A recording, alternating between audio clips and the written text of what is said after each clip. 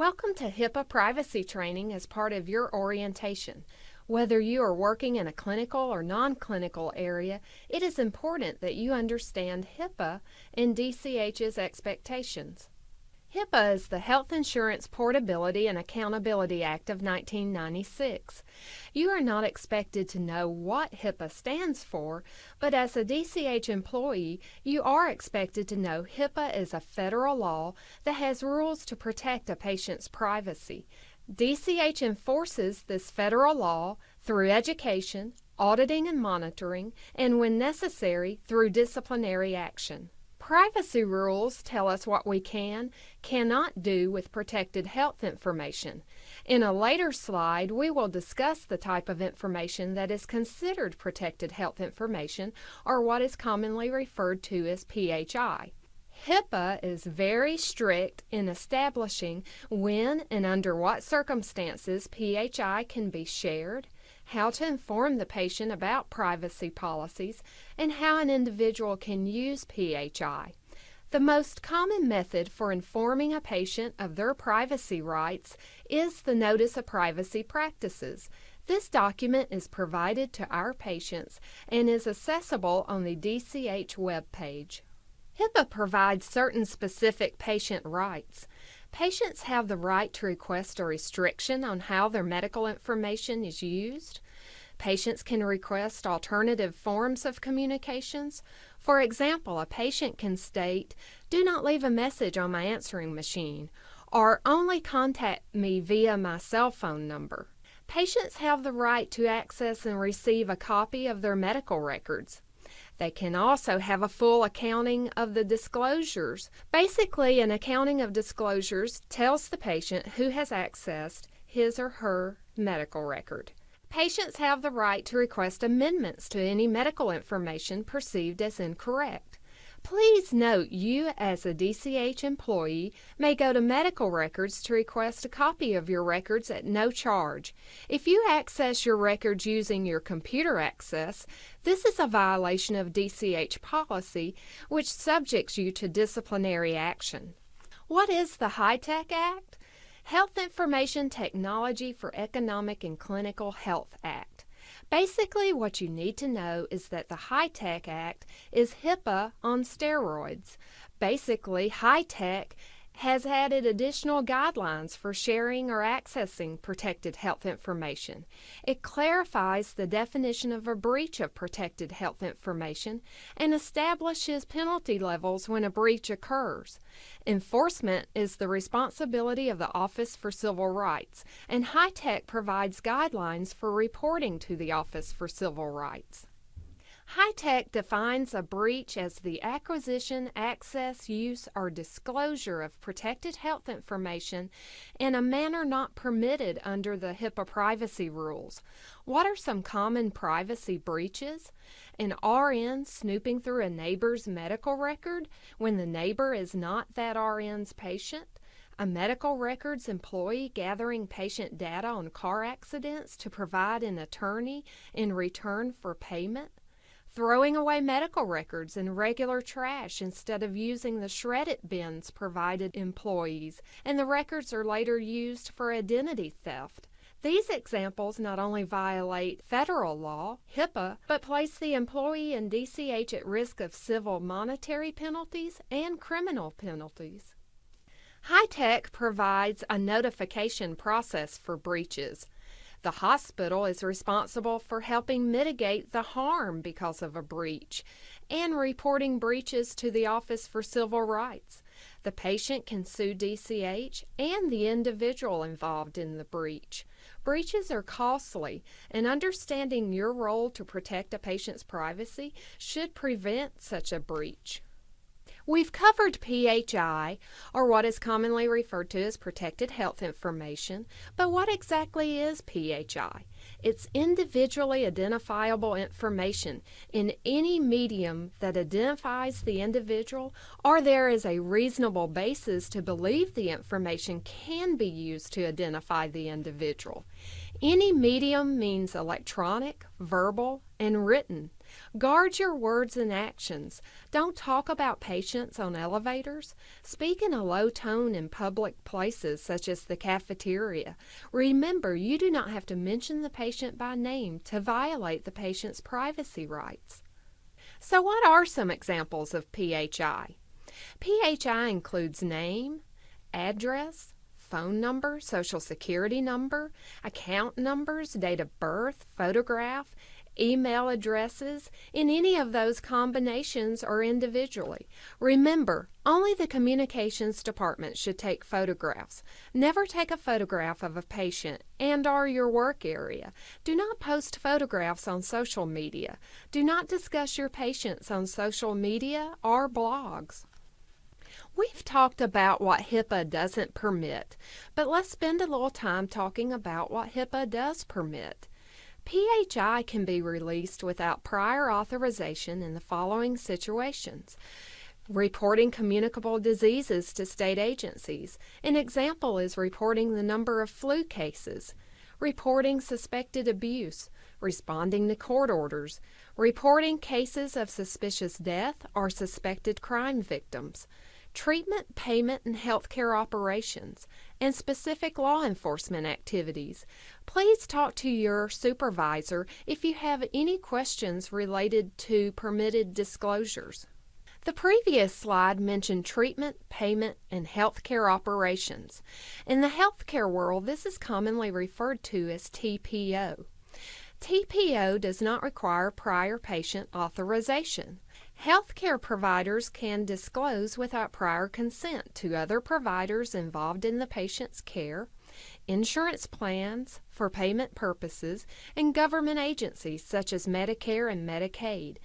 If it is not work-related, it is inappropriate to access PHI and a potential privacy violation. It is because DCH is involved in TPO that we are a covered entity. HIPAA only applies to covered entities. This is why your minister at church or your friends can talk about someone's health and/or diagnosis, and it is not a HIPAA violation. If you did the same and you learned of that information through your employment at DCH, it would be a HIPAA violation because DCH is a covered entity under the HIPAA guidelines. To do your job, you need to know the minimum necessary. Only employees with a need to know to do their jobs may access PHI. HIPAA requires us to disclose only the minimum necessary to do our jobs. Before using and or disclosing PHI, ask yourself, do I need this information to do my job and provide quality care to the patient? What is the minimum amount of information required? As an example, a patient presents in the emergency room with potential pneumonia. You are the RN on duty. Do you need to go 10 years back into that patient's medical record and review her cosmetic surgery records to treat the pneumonia? No. To do so would be accessing more than you needed to do your job and would be a potential HIPAA privacy violation. Remember that DCH policy prohibits employees from accessing their own medical record, their family member's medical record, co-worker's medical record, any medical record of any person for whom the employee is not providing care. And that gets us back to accessing what you need to know, the minimum necessary to get your job done. Compliance performs daily audits of access. It is not a secret that DCH has to comply with the audit recommendations to meet HIPAA requirements. Therefore, we do audits, which are called for-cause audits, and we do random audits.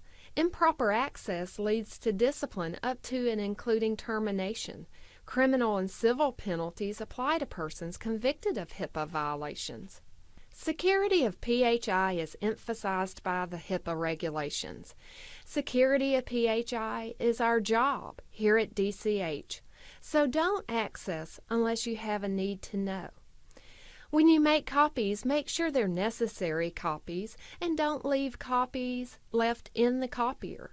Don't leave copies for others to pick up who don't have a need to know. Don't fax patient health information unless you are certain of the fax number, and always use a fax cover sheet that has the HIPAA privacy language printed on it. So what should we do? Let's make sure we secure a patient's protected health information. We want to do for the patient what we would do for ourselves and our own family. So we're going to keep the patient's records secure, challenge anyone in the records area that we don't think belongs there, and go to our supervisor if we have questions about records handling or storage. And remember, only release the minimum necessary to get the job done. We've talked about the security of PHI, and we also want to make sure we minimize that exposure. So make sure we don't leave our PHI unattended where others can view it who are not working on a particular case. A locked office door does not minimize exposure if others have keys to that office, so make sure the PHI is locked in a file cabinet if necessary. When documents are no longer needed, DCH provides shred-it bins, and that is where PHI should be placed. HIPAA understands that as much as we try to protect a patient's privacy, there are going to be times when there are incidental uses and disclosures of protected health information. Some examples that cannot reasonably be prevented would be the emergency room, where you have semi-private rooms, patient sign-in sheets in hospitals and clinics where you see multiple names on one sheet. As long as we take reasonable safeguards, such as using a low tone in a semi-private room, we're meeting the standards of HIPAA. Remember, do not discuss your job on the internet, phone, or in person if it has anything to do with patients. But please remember that social websites are not the place to discuss our patients, even if names are not used. Your job is to protect the patient's privacy here at DCH. There are some good rules to remember regarding your computer access security. Never share your password with anyone, including your supervisor. Always log off after you finish using a hospital, clinic, IS system. Remember we discussed earlier that the compliance department does audits of patient access? That's based upon your password. So if you leave your computer up under your password, your name will be attached to that audit. If you ever suspect your ID has been compromised, you can get a new password through our Information Systems Department by calling the help desk. Your use of the system is audited, so please remember these key components to computer access security. We've talked about HIPAA being a federal regulation. The Office for Civil Rights is responsible for making sure HIPAA is enforced at covered entities such as DCH Health System. The Office for Civil Rights investigates complaints and takes action to correct problems. Our local office is in Atlanta, Georgia, and that is where we receive investigations from. So be mindful of the HIPAA rules that we have discussed in this presentation so that we don't receive those investigation reports from the Office for Civil Rights. Don't be a headline. Remember that actions have consequences. You can tell from this slide that actions have stiff monetary penalties associated with them. Rite Aid, $1 million for a HIPAA privacy breach. Blue Cross Blue Shield of Tennessee, $1.5 million. But it not only has consequences for the companies or the covered entities, it also has consequences for the individuals. UCLA employee jailed for violating HIPAA privacy rules. 3 fired for snooping on electronic health records of college football players. It's important to remember that it's our job at DCH Health System to protect our patients, to provide quality care, and to make sure that they feel comfortable in our facility and they know that their information is protected by us as their guardians while they are here under our care. If you have any questions concerning this presentation, questions regarding HIPAA or privacy, you're welcome to call Sheila Limroff at 750-5328. And remember from your orientation that you also have access to the DCH hotline if you want to remain anonymous.